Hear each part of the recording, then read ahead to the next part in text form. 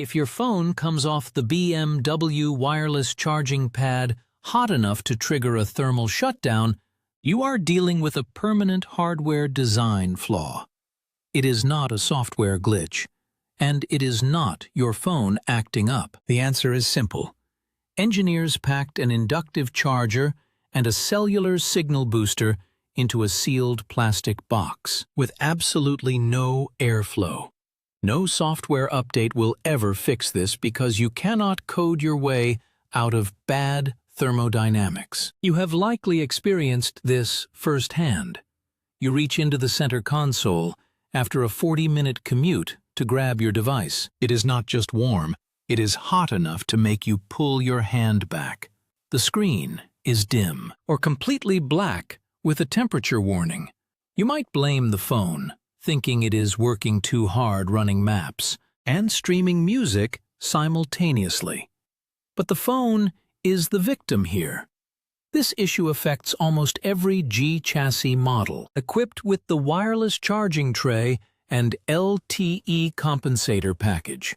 Whether you have an iPhone 15 Pro or a Samsung S24 Ultra, the result is the same.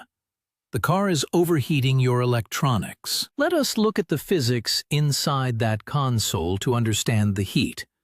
You have two primary components generating heat in a confined space. First is the inductive charging coil. Wireless charging is inherently inefficient. It generates significant waste heat as it transfers energy to your battery.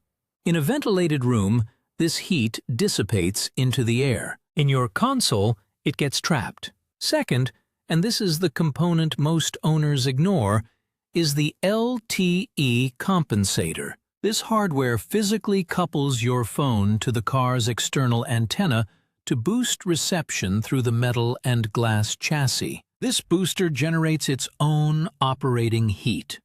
When you stack the waste heat from the charging coil on top of the heat from the signal booster, the temperature inside that rubber tray spikes. It creates a heat soak effect. Since plastic is a poor conductor of heat, that thermal energy absorbs directly into the metal and glass of your smartphone. Unlike some other manufacturers that pipe AC air into the console or install small cooling fans, this setup relies entirely on passive cooling, which simply cannot keep up with modern high-wattage phones. This is not just a nuisance, it causes permanent component failure. We are seeing a pattern of destroyed NFC chips, specifically in modern iPhones. The NFC chip handles your Apple Pay transactions and your digital car keys. It sits near the charging coil on the back of the phone.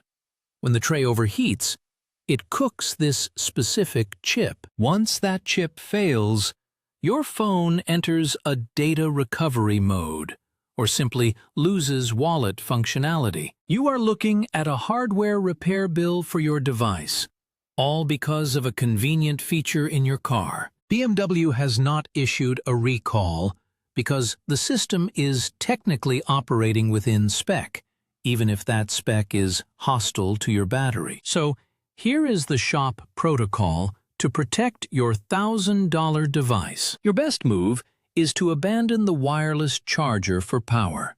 It is inefficient and dangerous to your battery health. Switch to a wired USB-C cable to deliver higher amperage and keep the device cool. Next, you need to understand the signal booster operation. You do not need to charge the phone to get the reception benefit. The LTE compensator is active as long as the phone is in the tray. If you can position your phone to avoid the center sweet spot of the charging coil, you get the signal boost without the heat. You should also manage the physical environment. If you must use the wireless function, remove your phone case. A thick case acts as a thermal blanket, trapping heat against the battery. It also increases the distance between coils, forcing the charger to work harder and run hotter. Finally, pre-cool the cabin. Never start charging if the car interior is already hot from the sun. The tray starts at a high temperature, and the phone will overheat in minutes.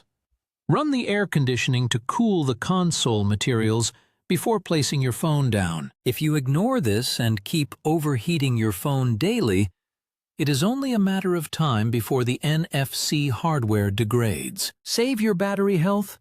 Use a cable. Check your digital key functions if you have noticed these symptoms.